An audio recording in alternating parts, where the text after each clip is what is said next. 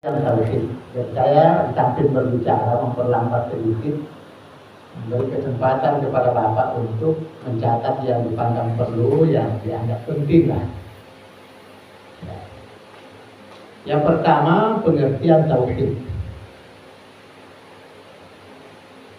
Tauhid itu berasal dari kata wahada, yuwahhidu, dan tauhidan.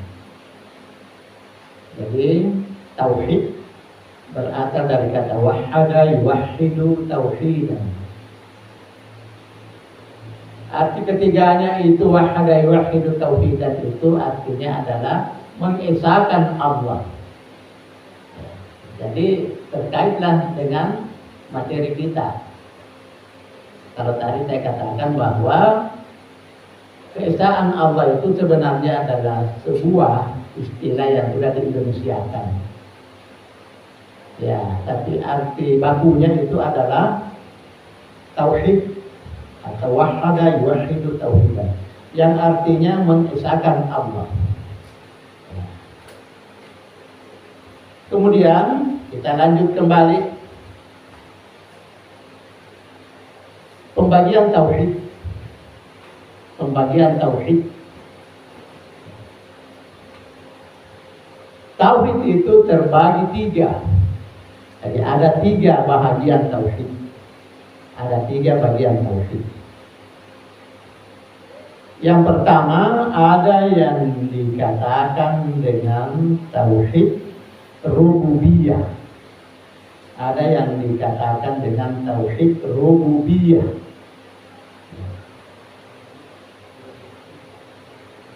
Apa itu yang dimaksud dengan tauhid rububiyah?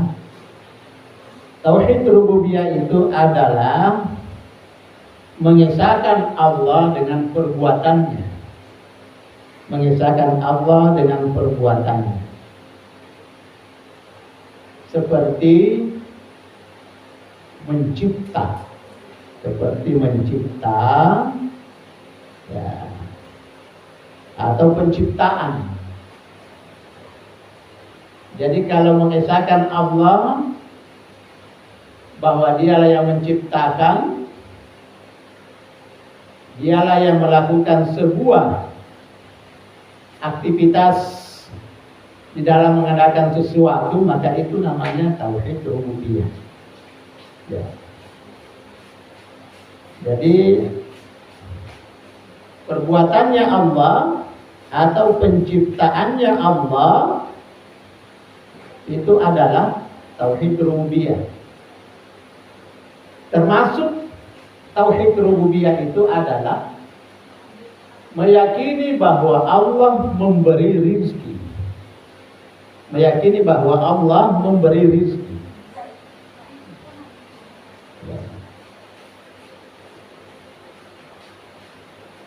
Itu tauhid rububiyah. Selanjutnya yang termasuk tauhid rububiyah lagi adalah Allah yang menghidupkan dan mematikan. Allah yang menghidupkan dan mematikan dan seterusnya. Ya. Dan ketahuilah Bapak Ibu bahwa tauhid rububiyah ini tidak boleh kita nafikan. Apa itu nafikan? Tidak boleh meniadakan. Tidak boleh kita meniadakan di dalam keyakinan kita. Tidak boleh kita menghilangkan keyakinan kita. Tidak boleh kita menafikan atau menghilangkan terhadap keyakinan kita bahwa Allah lah yang menghidupkan, Allah lah yang memberikan rezeki, Allah lah yang menciptakan, dan Allah lah yang berbuat atas segala sesuatu. Jadi bila mana kita nafikan atau meniadakan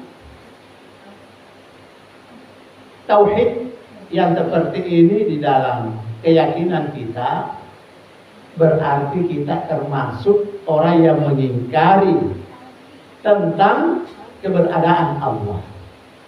pengingkaran kita terhadap keberadaan Allah, maka itulah yang disebut dengan kufur atau mengkafiri. Jadi statusnya haram. Statusnya haram. Ya, ini yang dimaksud dengan tauhid rububiyah. Saudara-saudari sekalian, perlu diketahui, apakah orang-orang kafir dulu ketika mereka itu belum masuk Islam, kan banyak orang kafir masuk Islam, tapi sebelumnya kafir, ada yang disebut dengan kafir jahiliyah ya. Apakah mereka itu tidak mempercayai bahwa Allah itu ada? Itu pertanyaannya. Kalau menurut pengetahuan kita, sebenarnya orang kafir itu tidak mempercayai Tuhan. Orang kafir itu sebenarnya tetap meyakini, mengimani, mempercayai tentang ketauhidan Allah dalam bentuk rububiyahnya. Orang kafir juga tahu bahwa yang menciptakan langit itu kan Allah. Yang menciptakan bumi ini kan Allah. Yang menciptakan semua makhluk kan Allah. Yang menghidupkan dan mematikan kita ini kan Allah. Ya. Cuma permasalahannya adalah pengakuan orang-orang kafir itu adalah tidak diaplikasikan atau tidak direalisasikan dalam bentuk bagaimana keyakinannya mereka itu kepada Allah yang diwujudkan dalam bentuk ketundukan kepada agama yang dibawa oleh Nabi kita. Jadi mereka itu tidak menundukkan diri sebagai orang yang mempercayai Allah dan Rasulnya, ya. Meskipun dia tahu bahwa sebenarnya Allah itu pencipta langit. Ya. Itu persoalannya. Makanya kekafiran yang seperti ini mengakui Allah tapi tidak bisa mengaplikasikan, maka itu adalah merupakan pewarisan daripada orang-orang kafir sebenarnya. Karena meyakini bahwa Allah itu menciptakan, berarti bagaimana kita melakukan pembuktian kepercayaan kita bahwa Allah itu betul-betul menciptakan, ya, dengan melakukan sesuatu amalan-amalan yang menunjukkan bahwa kita mempercayai Allah sebagai Tuhan kita. Ya. Contohnya, orang kafir itu tidak salat, orang kafir itu tidak puasa, ya. Orang kafir itu menentang agama. Orang kafir itu sebenarnya adalah selalu melakukan pemberontakan di muka bumi. Tetapi dia tahu bahwa Allah itu adalah pencipta segala sesuatu. Jadi kalau kita mengaku beriman kepada Allah bahwa Allah menciptakan sesuatu, lalu kita juga ini gandrung akan kerusakan atau pengrusakan, lalu kita juga ini adalah penolak dakwah, ya. Kita juga ini adalah penolak ibadah, penolak salat, penolak puasa dan lain-lain ibadah-ibadah atau syariat yang diajarkan Allah dan Rasulnya lewat Al-Quran dan hadis. Apa bedanya kekafiran kita dengan mereka? Karena yang membedakan kekafiran kita dengan mereka sesungguhnya itu hanya ketundukan saja. Ketundukan saja. Di mana ketundukan itu harus dibuktikan? Itulah kesetiaan kita terhadap Islam. Itulah kesetiaan kita terhadap agama Islam atau Al-Quran dan Al-Hadis. Ya. Itulah ketundukan. Kalau orang kafir tidak mau tunduk kepada Al-Quran, tidak mau tunduk kepada hadis, tidak taat kepada Nabi, malah menentang dan melawan, bahkan mengancam membunuh Nabi. Iya. Dan melakukan berbagai tindakan-tindakan makar untuk menghalang-halangi dakwah Nabi. Apakah mereka tidak percaya bahwa Allah itu ada? Percaya. Ya. Kalau dalam Al-Quran kan ada ayat. Ada ayat yang menjelaskan kalau kamu tanya itu orang kafir, ya, Siapa yang menciptakan langit dan bumi? La yaqulun Allah. Pasti mereka berkata Allah. Ya, cuma itu tadi seperti yang kita katakan bahwa sayang seribu sayang. Mereka itu mengakui bahwa Allah menciptakan langit, menciptakan bumi, Allah memberi rezeki, Allah menghidupkan dan mematikan. Tapi kenapa mereka itu banyak melakukan spekulasi ya terhadap pengakuannya itu? Ya, saya kira tidak dipahami Bapak ya Ibu. Ya, jelas kita tidak mau tampil beda kita dengan orang kafir. Yang kita waspadai adalah jangan-jangan mengakui bahwa Allah itu ada, orang kafir juga mengakui Allah itu ada, ya. Lalu kita juga melakukan pemberontakan, penolak daripada ibadah ini. Ya, sedikit agak tegas-tegas juga itu, agama telah menegaskan begitu, tapi sebenarnya bukan kekerasan ya. Kalau kita nilai bahwa itu adalah sebuah ketegasan, sebenarnya bukan kita keras, tapi hati kita yang keras. Ya. Hati kita yang keras yang sebenarnya tidak bisa menerima itu.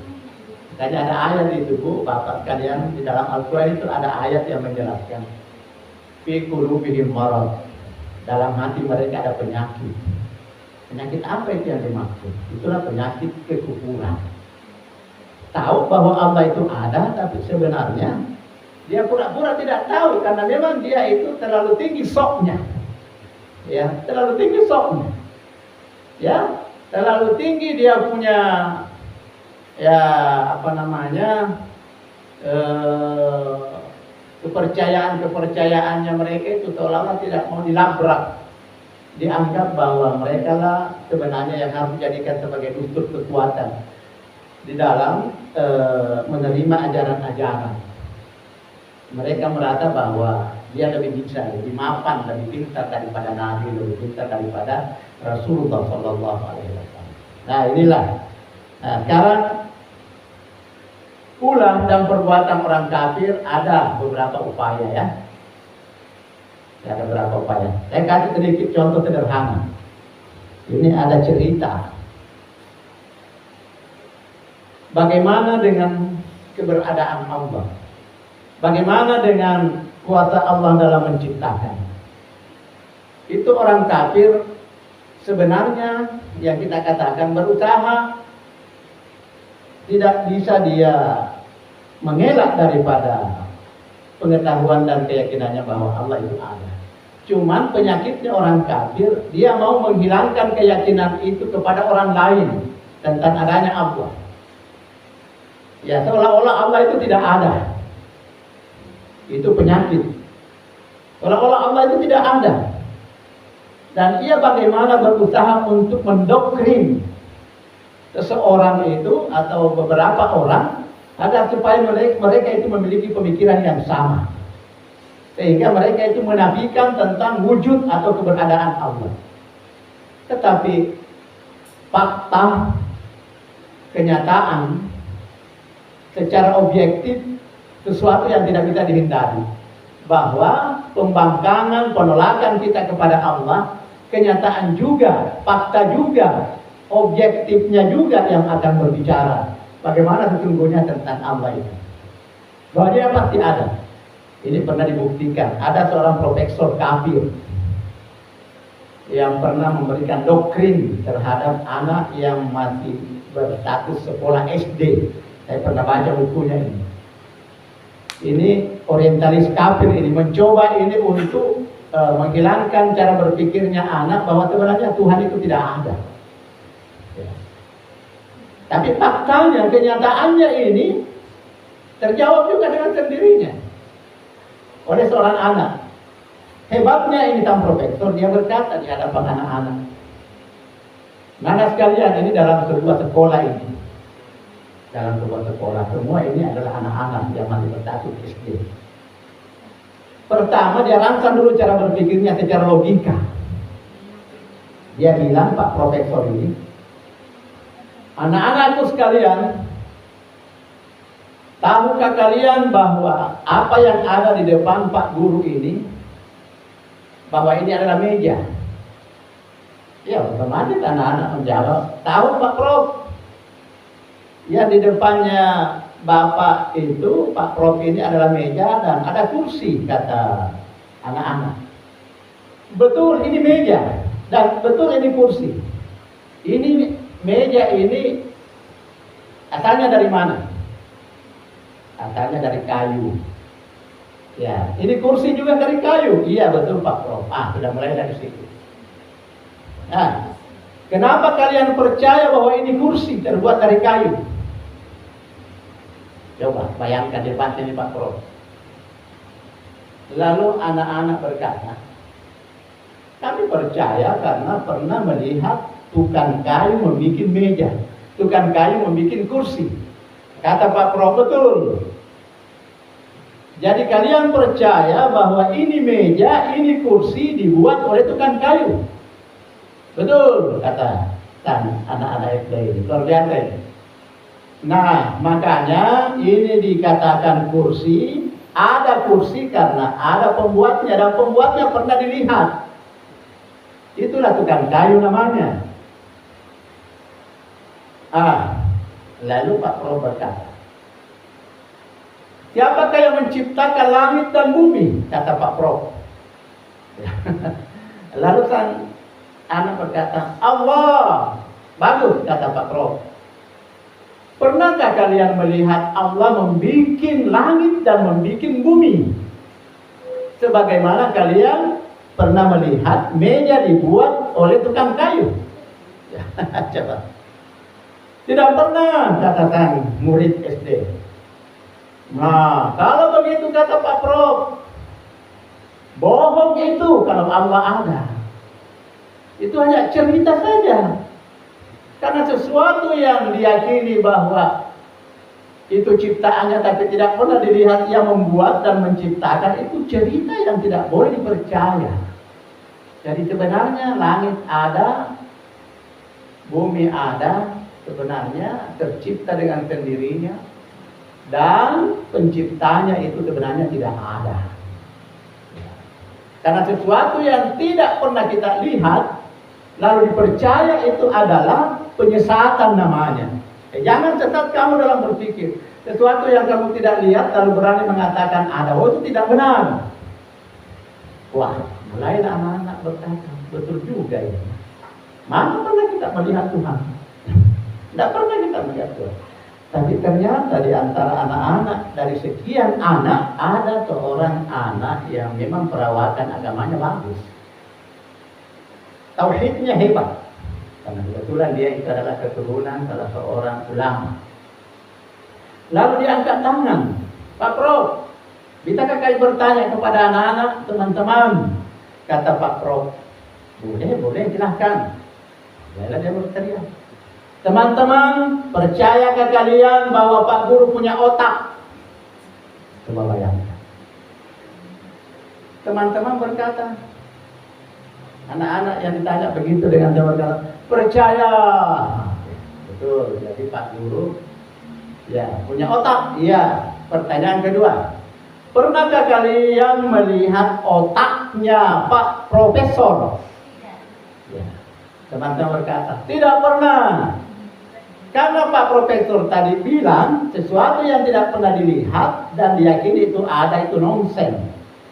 Makanya karena otaknya Pak Guru tidak pernah dilihat, itu tidak ada otaknya Pak Profesor. Nah, begitu. Jadi Pak Profesor tidak berotak. Mulailah Pak Profesor berkata, siapa bilang saya tidak berotak? Lalu sang anak berkata, tolong dong Pak Prof, perlihatkan otaknya seperti apa. Ya, jadi inilah yang kita katakan tadi, bahwa sesuatu yang diupayakan untuk melesetkan keyakinan terhadap keberadaan Allah sesungguhnya sesuatu hal yang mustahil, karena banyak fakta yang memberikan bukti nyata, yang mana fakta dan bukti itu adalah sesuatu kenyataan yang tidak boleh kita ingkari. Nah, itu contoh yang antara itu. Nah, begitulah juga kita, Bapak sekalian, bahwa tidak ada alasan bagi kita tidak mempercayai Allah, bahwa Allah itu menciptakan segala sesuatu. Allah menetapkan atau memberikan rezeki kepada kita. Ya, Allah yang menentukan rezeki kita. Termasuk Allah memberikan dan menetapkan jodoh kita. siapa jodoh kita, bagaimana anak kita, bagaimana usia kita. Semua itu adalah masuk bahagian daripada tauhid rububiyah. Ya, jadi oleh karena itu tauhid rububiyah itu adalah wajib untuk kita mempercayai. Ini pengertian tauhid yang pertama.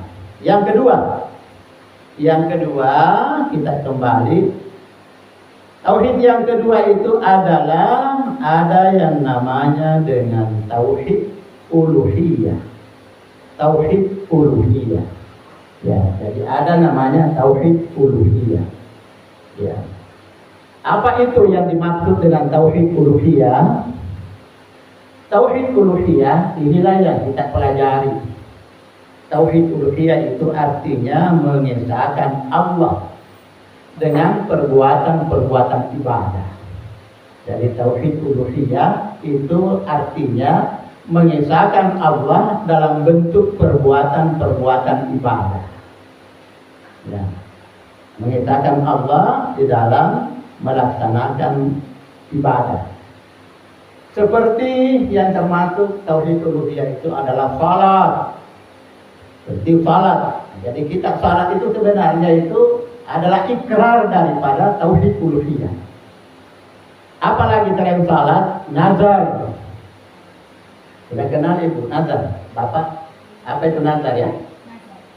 Paham ya nazar? Nazar itu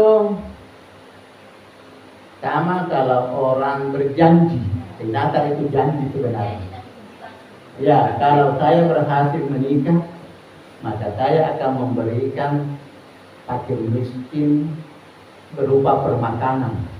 Ya, ternyata dia berhasil betul berjodohan dengan siapa yang dia incar itu. Makanya harus diselesaikan nazar itu. Itu namanya nazar. Jadi nazar itu sebenarnya adalah bukan bahagian daripada ibadah yang dimutlakkan harus dilaksanakan, tetapi ketika dilaksanakan, diucapkan, diikrarkan, wajib diselesaikan. Karena Nabi tidak menganjurkan orang bernazar. Nabi tidak mewajibkan orang bernazar. Tapi ketika nazar itu jatuh, maka wajib untuk diselesaikan. Kalau tidak, berarti kita berutang kepada Allah. Makanya bernazar itu kalau terpaksa kita bernazarlah kepada yang baik-baik. Kalau saya berhasil dari pekerjaan saya, maka saya akan memberikan makanan kepada fakir miskin. Saya akan bersedekah, saya akan menyumbang, saya akan berpuasa sekian hari, itu nazar. Kalau tidak, berdosa. Ya, karena nazar itu berarti kita tujukan hanya kepada Allah saja. Makanya sebagian ulama ada yang mengartikan bahwa nazar itu sebenarnya pekerjaannya orang kikir. Kenapa? Karena nanti dia mau memberi kalau dia dapatkan enaknya. Padahal orang Islam sebenarnya yang bagus keimanannya tidak seperti itu. Ya, dalam keadaan lapang atau dalam keadaan berkekurangan, tetap dia berusaha untuk melakukan kebaikan-kebaikan. Ya, seperti itu. Jadi termasuk tauhid uluhiyah, itu namanya nazar. Termasuk bersedekah.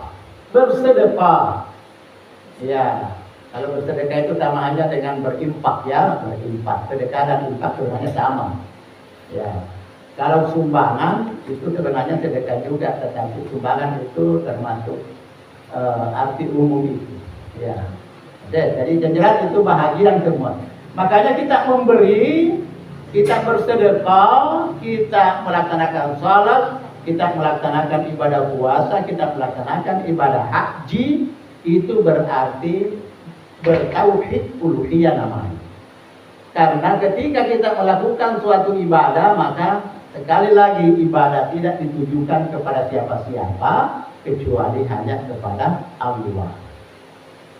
Makanya kita itu dalam agama Islam itu, Bu, kalau orang mengerjakan salat, orang menyumbang, orang bersedekah, ada yang perlu diwaspadai. Karena ini adalah penghapus daripada pahala yang kita harapkan. Apa itu kira-kira? Karena merusak tauhid uluhiyah kita. Karena tauhid uluhiyah itu wajib adanya, tauhid rububiyah juga wajib adanya untuk menempatkan keyakinan kita terhadapnya. Apa kira-kira yang bisa merusak pada tauhid uluhiyah? Adalah ya kan dengar Bu, Bapak? Riya, ya? Riya, ya. Apa itu riya? Mau dikata, mau dibilang, ciatawah. Itu riya, hati-hati. Melaksanakan salat hindari yang namanya riya. Karena riya itu syirik. Syirik itu artinya menolak keesaan Allah dengan tujuan yang sebenarnya hanya Allah yang dituju. Tapi karena dia riya, ternyata yang dituju adalah orang kedua, orang ketiga. Mau dikata, mau dibilang. Kalau kita melakukan ibadah lalu mau dibilang, mau dikata, berarti menduakan Allah. Karena ada yang kita jadikan tolak ukur selain Allah. Itulah namanya tauhid uluhiyah. Tauhid uluhiyah itu adalah menuntut keikhlasan kita kepada Allah. Tidak boleh melakukan ibadah kecuali tertuju hanya kepada Allah. Contohnya Bapak Ibu, kalau di rumah salat, kasihan sekali salatnya. Cepat, seperti lari kiber. Ya. Tidak jelas rukunya, tidak jelas sujudnya, tidak konsen di dalam ucapan-ucapan doa. Cepat sekali. Kata orang Bugis, kalau dia sujud pitok manu istilahnya ya. Ya, seperti ayam itu yang mematuk makanan, begitu sujudnya, begitu cepatnya dia, ekspres online ya. Gitu. Kenapa? Karena merasa tidak ada yang lihat. Tidak ada yang lihat. Padahal semestinya itu kalau kita dalam keadaan salat sendiri di rumah, justru disitulah kita melatih keikhlasan. Bahwa kita lakukan ini semua dengan keyakinan ada Allah yang melihat. Kalau sudah meyakini bahwa ada Allah yang menyaksikan apa yang kita lakukan, berarti tauhid uluhiyah kita itu mantap betul. Kita terhindar daripada riya. Tapi kalau ada orang yang menyaksikan salat di rumah, di masjid atau di tempat salat lain, luar biasa hebatnya itu dia punya salat. Allahu Akbar. Luar biasa tenangnya. Ya, seolah-olah mereka itu ya udah konsen betul itu, tidak diganggu dengan yang lain-lain. Padahal kenapa dia terlalu indah kelihatannya salatnya? Karena dia tahu bahwa di sini ada camat saya atau calon mertuanya barangkali. Di dalam masjid ada orang-orang yang ada di sekitarnya barangkali, supaya orang itu menyaksikan bagusnya ibadahnya si anu dan lain-lain. Akhirnya di hati kita mungkin sementara kita salat, tetapi ada perasaan mengatakan pasti salat ini dilihat si anu dan dia puji saya bahwa saya ini adalah seorang ahli ibadah yang baik. Wah, ini sudah riya namanya. Yang ini tidak dibolehkan dalam Islam. Siapa yang riya berarti terhapus pahalanya kita punya salat. Makanya kita dituntut lawan dari riya itu adalah khusyuk. Khusyuk itu artinya melakukan aktivitas ibadah semata-mata tertuju kepada Allah yang disertai dengan rasa takut kita kepada Allah. Ya, sehingga seolah-olah ya kita ini berdialog dengan Allah Subhanahu wa Ta'ala. Makanya itulah yang kita kenal dengan ihsan dalam ajaran agama kita. Ihsan dalam agama kita. Inilah yang dimaksud dengan tauhid uluhiyah ya. Tauhid uluhiyah sekali lagi Bapak mengesahkan Allah dengan perbuatan-perbuatan ibadah. Jadi ini penting dan wajib untuk kita terapkan. Ya, salah satu contoh. Ibu, bapak kemarin kan non-Islam. Kan begitu ya? Ya, tadi kan kita sudah mendengarkan beberapa pengalaman-pengalaman dari bapak. Ada yang baru 2 tahun, ada yang sudah 5 tahun, bahkan sudah 8 tahun baru masuk Islam. Nah sekarang, orang yang masuk Islam itu kan jelas hidayah, jelas petunjuk. Tetapi orang yang masuk Islam itu ada 2 yang perlu kita percayai. Yang pertama adalah masuk Islam. Kalau Islamnya kita mau diterima, yang pertama dasarilah keikhlasan. Dasarilah keislaman kita itu dengan keikhlasan. Makanya tadi kembali dalam pembahasan awal ikhlas. Ikhlas itu artinya tertuju hanya kepada Allah, bukan untuk siapa-siapa. Seperti itu artinya itu keikhlasan itu. Dan ini harus dipelihara. Makanya Bapak masuk Islam ini ikhlas tidak? Ya, ikhlas ya, jelas itu, insya Allah. Ya, kalaupun awalnya mungkin belum ikhlas karena mungkin belum kita paham betul tentang keikhlasan itu, tapi begitu kita masuk Islam ternyata kita kenal sudah itu yang namanya ikhlas, lalu cepat-cepatlah kita melakukan keikhlasan ini. Ya. Kemudian yang kedua yang perlu kita waspadai adalah jangan riak kita masuk Islam. Kita masuk Islam jangan sampai ada yang mau dibilang, ada yang mau dikata. Tapi masuklah Islam itu dengan keyakinan bahwa Islam itu adalah semata-mata karena saya yakin bahwa agama Islamlah yang paling benar. Menurut keyakinan Islam, menurut keyakinan kita, sehingga kita masuk Islam itu betul-betul terhindar daripada penekanan, terhindar dari paksaan. Karena memang ada ayat, ya, la ikraha fiddin. Ini agama Islam tidak ada paksaan kalau mau dimasuki, tidak ada paksaan. Makanya orang tidak boleh dipaksa. Ya, Nabi juga tidak paksa orang masuk Islam kalau memang tidak mau. Karena yang dituntut oleh Nabi itu adalah keikhlasan. Hanya saja dakwah itu adalah sesuatu yang harus digalakkan. Karena dakwah itu adalah mengajak seseorang kepada Islam. Tapi ajakan itu tidak memaksakan. Yang penting Islam memperkenalkan bahwa seperti ini Islam. Maka ketika kita meyakini betul tentang kenikmatan dan keindahan Islam, maka kita tertariklah untuk masuk Islam. Kalau yang tadinya kita non-Islam tiba-tiba masuk ke dalam agama kita, alhamdulillah, maka itulah namanya hidayah. Tapi ingat sekali lagi, masuk Islam tidak boleh riya, tidak boleh mau dibilang. Tapi kita masuk Islam semata-mata insya Allah karena Allah, supaya jelas betul tentang tauhid uluhiyah. Ya, barangkali seperti itu. Jam berapa menit? Masih ada 20 menit. Hah? Masih ada 20 menit. Oh, iya. Ya seperti itu ya, seperti itu. Ya sekarang kita masuk ya pengertian yang ketiga. Kemudian ada yang namanya tauhid asma wa sifat. Tauhid asma wa sifat. Ada namanya tauhid asma wa sifat. Artinya asma itu nama-nama dan sifat itu adalah sifat-sifat. Nama yang melekat pada diri Allah, dan Allah sudah menamakan dirinya 99 nama. Dengan nama itu yang 99 itulah yang disebut dengan Asmaul Husna. Asmaul Husna, nama-nama yang sempurna, nama-nama yang baik. Dengan meyakini nama-nama yang ada pada Allah, bahwa itu adalah nama kesempurnaan yang dimiliki oleh Allah, yang tidak ada cacat sedikit pun pada namanya itu, maka itulah yang dimaksud dengan meyakini, mengesahkan nama Allah, dalam arti bahwa tidak ada nama yang melebihi sempurnanya nama yang ada pada Allah. Jadi sekali lagi, dalam ajaran agama kita, Allah mempunyai 99 nama. Dan semua nama-nama itu adalah wajib diimani. Nama yang 99 itulah yang disebut Asmaul Husna. Asmaul Husna. Ya. Kemudian sifat, ya jelas sifat Allah itu Allah punya sifat.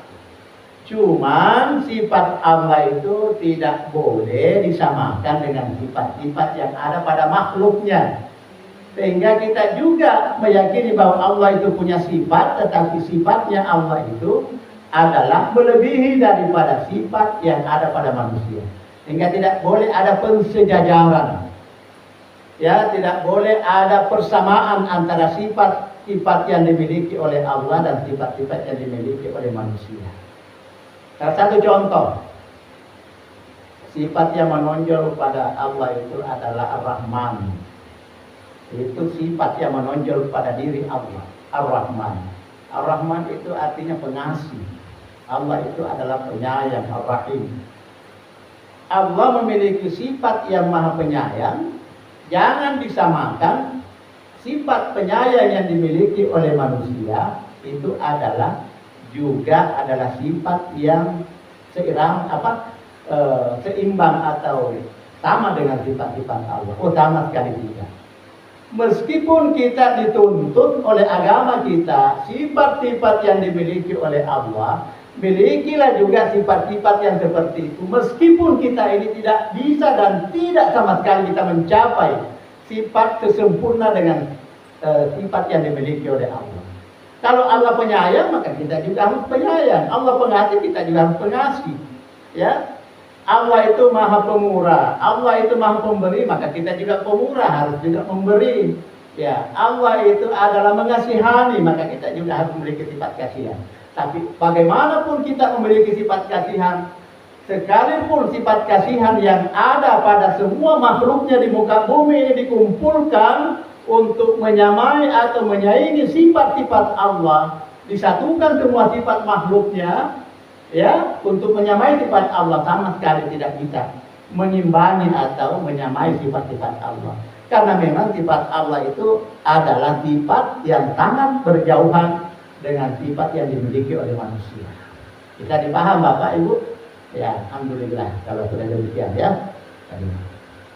Jadi kita masuk dalam pengertian tauhid asma wa sifat, yaitu, jadi tauhid asma wa sifat yaitu, jadi yang dimaksud dengan tauhid asma wa sifat yaitu dengan menetapkan apa yang telah ditetapkan oleh Allah, dengan menetapkan apa yang telah ditetapkan oleh Allah dan Rasulnya, dengan menetapkan apa yang ditetapkan oleh Allah dan Rasulnya berupa nama-nama yang baik dan sifat yang mulia bagi Allah, tanpa ada namanya taklid atau penyelewengan. Ya. Ya. Jadi sekali lagi saya berikan sedikit definisi tauhid asma wa sifat, yaitu dengan menetapkan apa yang telah ditetapkan oleh Allah dan Rasulnya berupa nama-nama yang baik dan sifat yang mulia bagi Allah, tanpa ada tahrif atau penyelewengan atau taktil. Yang disebut taktil itu sama saja dengan penafian atau peniadaan, ya, atau yang disebut dengan takyib. Takyib itu artinya bertanya bagaimana maksudnya, ya. Saya kira itu. Jadi maksudnya begini, sifat yang dimiliki oleh Allah ataupun nama yang dimiliki oleh Allah sebenarnya itu adalah nama yang sudah ditetapkan oleh Allah dan Rasulnya. Nama yang sudah ditetapkan oleh Allah dan Rasulnya, dan nama-nama itu tidak boleh kita selewengkan. Yang tidak boleh kita selewengkan itu, tidak boleh kita menghindar daripada nama-nama Allah itu, bahwa seperti itulah kesempurnaan Allah. Ya, tidak boleh membelakangi, tidak boleh kontradiksi dengan sifat-sifat yang ada pada nama Allah itu. Karena tujuan kita dalam hal ini disuruh untuk beribadah, baik ibadah kita langsung kepada Allah ataukah kita melakukan perbaikan atau menciptakan sebuah kemaslahatan dalam berhubungan antara sama umat manusia. Itu sebenarnya tidak keluar kita juga daripada sifat-sifat dan asma atau nama-nama Allah yang dimilikinya. Sehingga kita antara satu dengan yang lain, kita disuruh kasih mengasihi. Ya, siapa yang mengasihi di antara sesamanya, maka Allah pun juga mengasihi dia. Siapa yang membenci sesamanya, maka Allah pun juga membenci dia. Jadi begitulah seterusnya. Siapa yang pemurah, siapa yang dermawan, siapa yang sosial, murah tangan kepada sesamanya, maka Allah juga melapangkan rizkinya. Jadi ada dalil yang menjelaskan seperti itu. Ya, siapa yang menyayangi di antara sesama, maka Allah pun juga akan menaruh sayang terhadap mereka. Jadi makanya itulah yang dimaksud, tidak boleh kita nafikan, tidak boleh kita tiadakan sifat-sifat Allah itu pada keyakinan kita dan pada pembuktian diri kita tentang sifat yang ada pada nama Allah itu. Nah, makanya dalam ajaran Islam itu ada yang kita yakini seperti ini. Ada, Ibu, ada ajaran Islam dalam fikih Islam yang disebut akikah. Ya, terdengar Pak? Akikah. Ya dong? Akikah itu artinya menyembelih kambing terhadap anak, menyembelih kambing terhadap anak yang baru lahir. Dan Islam menetapkan akikah itu jatuh pada hari ke-7. Itu adalah syiar Islam, itu adalah sunnah ibadah dalam Islam. Ada 3 yang harus diadakan pada kegiatan akikah, karena hadisnya seperti ini. Kullu mauludin rahinatun bi akikah. Artinya begini. Setiap anak yang lahir itu tergadai dengan akikahnya. Jadi kalau ada anak yang lahir, ini dalam ajaran Islam. Setiap anak yang lahir tergadai dengan akikahnya. Kita tidak tahu jelas itu apa itu kalau gadai. Jelas gadaian itu artinya pinjaman ya. Ya, jadi kalau ada anak yang lahir itu menuntut gadaian sebenarnya. Menuntut gadaian. Ya. Kullu mauludin rahinatun bi akikah. Setiap anak yang lahir tergadai dengan akikahnya. Ya. Makanya untuk menyelesaikan gadaian itu Nabi mengatakan tuzbahu yauma sabi'i. Tuzbahu yauma sabi'ihi, yang pertama adalah disembelihkan kambing pada hari yang ke-7. Jadi potong kambing pada hari yang ke-7. Ya, pada hari ke-7. Ada juga yang mengatakan hari ke-9, ada juga yang mengatakan ke-21, ada juga yang mengatakan ke-20. Ya, 7 hari dan seterusnya. Ya, ada pendapat yang begitu. Kita tidak terlalu jauh juga mempersalahkan. Tetapi yang paling benar dan paling sahih dan yang paling sunnais itu adalah hari yang ke-7. Itu tidak ada lagi perbedaan pendapat. Hari ke-7 karena memang dalilnya sudah jelas. Nah, kemudian sembelihkan kambing. Kalau perempuan tidak mengapa 1 ekor kambing yang disembelih. Kalau laki-laki 2 ekor kambing. Jadi sunnahnya itu laki-laki yang lahir, bayi yang baru lahir itu 2 ekor kambing. Tapi sunnah, maksudnya sunnah kalau mampu 2 ekor untuk laki-laki silahkan 2 ekor kambing. Ya, tapi kalau tidak sanggup 2 ekor hanya 1, maka itu juga sah. Sah berarti boleh. Ya, tidak bersalah kalau memang kemampuan. Ya, tapi ada juga yang berpendapat, saya itu Pak Ustadz itu tidak cukup dengan kambing karena itu dagingnya sedikit. Ya, kalau saya maunya saya itu lebih baik sembelih sapi saja. Ya, tidak usah kambing. Pertanyaannya, jawabannya adalah Nabi kan suruh kita akikah itu kambing bukan sapi. Ya, jadi kalau mau sunnah kambing bukan sapi, bukan banyaknya dagingnya, sedikitnya dagingnya, tapi yang kita mau laksanakan apa yang diperintahkan. Karena yang diperintahkan ketika kita lakukan itulah yang sah. Jadi kalau mau kambingnya tetap ada, tambahi dagingnya. 10 ekor sapi baru sah. Ya gitu. Ya, yang salah kalau sapinya 10 ekor, kambingnya tidak ada, berarti tidak sunnah. Ya, karena yang disuruh dalam agama kita itu adalah kambing. Kambing itu apa? Bendek ya. Bukan daging-daging yang lain. Yang kedua, yang pertama, yang kedua adalah wayukhlaq. Wayukhlaq itu artinya dicukur rambutnya. Dicukur rambutnya. Artinya dicukur. Salah satu hikmahnya mencukur rambut dalam ajaran agama kita itu adalah karena rambut yang ada pada bayi yang baru dipotong itu adalah darah kotoran. Sehingga itulah yang disebut dengan akikah. Akikah itu artinya menurut bahasa adalah rambut yang tumbuh pada bayi yang baru lahir. Itu namanya akikah. Maka itu harus dipotong. Ya, ambil saja sunnahnya lah. Biar belum dimodel rambutnya. Biasa-biasa yang penting dipotong saja. Nanti besok atau kapan saja bisa kita lanjutkan. Itu sunnahnya. Kemudian yang ketiga sunnahnya adalah inilah tadi kembali kepada asma wa sifat. Nama dan sifat-sifat Allah. Itu adalah wa yusamma, memberikan nama. Anjuran agama kita, kasih namanya anaknya ibu, anaknya bapak, nama yang baik-baik. Karena nama yang baik-baik itu adalah nama-nama yang dibolehkan oleh Allah, nama-nama yang diberkati oleh Allah, dan itu adalah doa untuk anak kita. Makanya cari nama yang ada dalam Al-Quran. Jangan cari nama yang terlalu tertarik dengan nama artis. Karena artis itu belum ada jaminan, Pak. Belum ada jaminan. Siapa namanya Nata? Wah, mau dikenal Dorce. Wah, namanya anaknya Dorce dan lain sebagainya. Kasih namanya. Siapa namanya Nata? Abdul Karim. Masya Allah, Abdul Karim itu hamba Allah yang mulia. Ya, lihat. Siapa namanya Nata? Ya, Abdullah banget itu hamba Allah. Ya, dan seterusnya. Ya, kasih nama-nama yang baik-baik. Siapa namanya Nata? Mau dapat nama artis.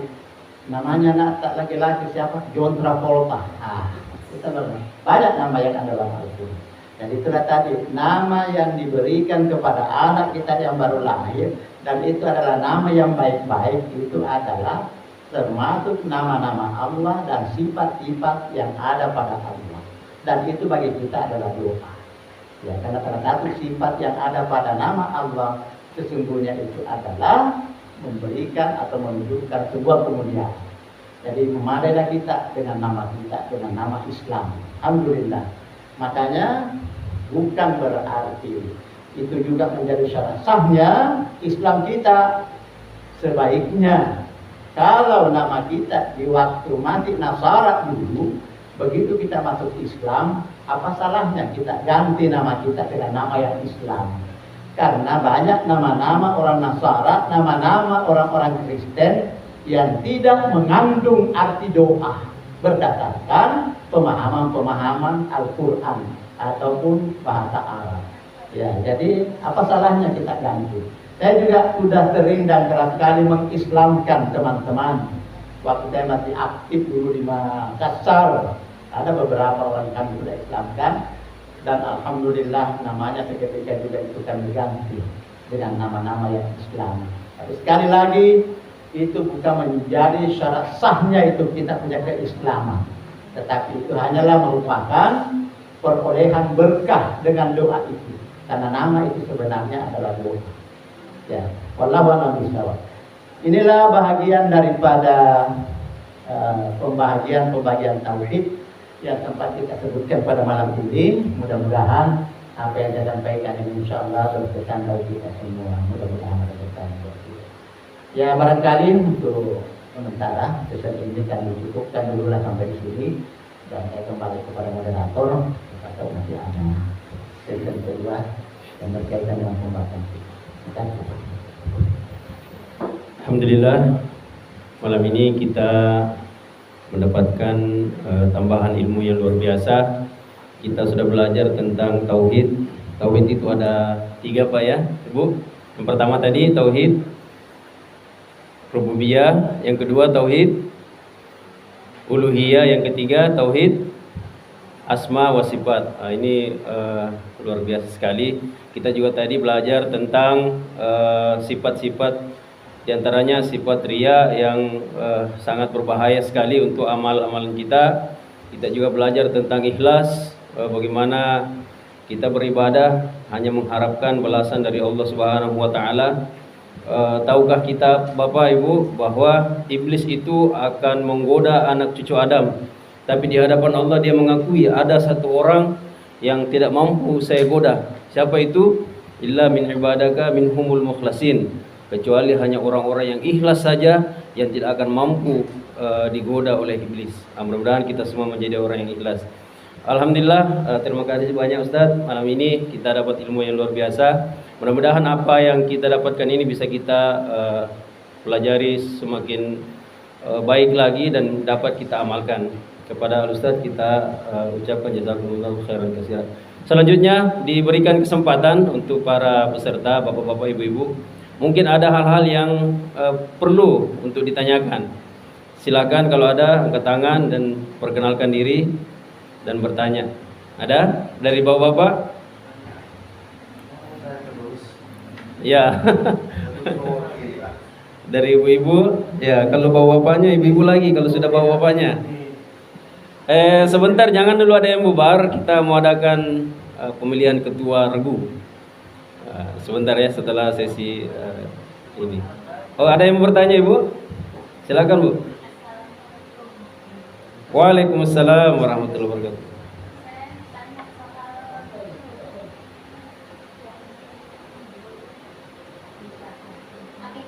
Akikah. Saya kan dari nggak pernah akikah. Iya. Dari keluarga besar saya juga nggak ada yang pernah akikah. Iya. Dari keluarga ibu saya juga nggak ada yang akikah. Apa itu diperbolehkan bukan? Oh iya iya. Terima kasih banyak ibu pertanyaannya. Langsung ke Pak Ustadz. Ya. Ya, itu kita jelaskan tadi. Nabi juga tidak diakikah. Ya. Walaupun ada riwayat yang mengatakan Nabi itu diakikah ketika berusia 40 tahun. Ya. Setelah kami periksa hadisnya ternyata palsu. Ya, tidak sahih dan tidak benar. Ya.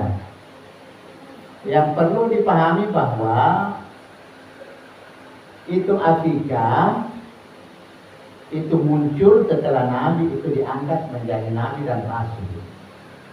Ya, sehingga dalam hal ini Nabi itu menjadikan akikah itu sebagai bahagian daripada amalan-amalan syar'i. Ya, persoalannya kalau kita tidak diakikah, itu kita tidak berdosa dan tidak bersalah ketika pada saat itu kita dihadang oleh dua keadaan. Yang pertama, belum sampai kepada kita tentang ilmu atau pengetahuan itu. Ya. Kemudian yang kedua adalah di luar daripada Islam tidak ada ketentuan syar'i yang membolehkan akikah kecuali Islam. Ibu masuk Islam sudah berapa tahun? Saya dari keluarga besar saya itu Katolik. Ya. Saya dari Katolik. Berapa tahun Ibu? Dari lahir dari saya. Waktu lahir? Ya. Ya. Dan Jadi saya juga ada yang ngajari. berarti itu Ibu lepas daripada tuntutan itu. Jadi Ibu lepas dari tuntutan itu dan tidak berdosa karena bukan kesalahan Ibu. Ya, lagi-lagi pula kan pada waktu itu kan lahir dari keluarga Katolik. Nah, mereka kan tidak mengamalkan syariat kita dan akikah hanya untuk syariat Islam. Itu nggak pernah diterapkan. Ya, sekalipun tidak pernah. Tidak masalah, Bu, tidak masalah. Karena walaupun sekarang Ibu mau diakikah sudah kelewat. Ya, sudah tidak perlu lagi. Jadi yang dianjurkan oleh Nabi kita itu adalah tebuslah kekurangan-kekurangan kita itu dengan memperbanyak bersedekah. Kalau nggak punya, Karena punya buat itu akikah, masa harus? ya kalau memang kita tidak punya dan tidak mampu, itu kan tidak masuk dalam kategori perintah. Ya, karena memang agama kita itu hanya membolehkan bagi orang yang punya kemampuan, hanya yang punya kesanggupan. Termasuk keterbatasan rezeki itu menjadi syarat. Karena akikah itu sama syaratnya dengan orang yang berkurban. Orang berkurban itu kan yang dikenai kitab atau tita wajib yang mampu untuk berkurban. Yang tidak punya uang karena sangat-sangat terbatas itu tidak ada dosa baginya. Yang salah kalau kita punya kemampuan tapi kita tidak berkurban, itu ada masalah. Termasuklah kita juga sekarang. Walaupun kita lahir dari orang Islam, tapi orang tua kita tidak mampu menyembelihkan kita seekor kambing, ya itu tidak berdosa kita. Nah, kalau saatnya sekarang kita ingat bahwa kita tidak melaksanakan akikah, paling tidak perbanyaklah sedekah, ya perbanyak sedekah. Semoga sedekah kita itu insya Allah menutupi semua kekurangan-kekurangan kita. Kadang-kadang begitu Bu ya. Ya, insya Allah. Tidak takut lagi. Tidak takut lagi karena tidak diakikah. Hilangkan rasa takut. Optimis saja, berprasangka baik saja kepada Allah bahwa memang beralasan ibu tidak diakikah karena ada beberapa sebab. Oleh karena itu, karena sampai sudah ajaran Islam kepada kita tentang akikah, solusinya adalah perbanyak sedekah, perbanyak. Kalau mampu, ya, yang mampu tidak kena, yang tidak mampu tidak kena.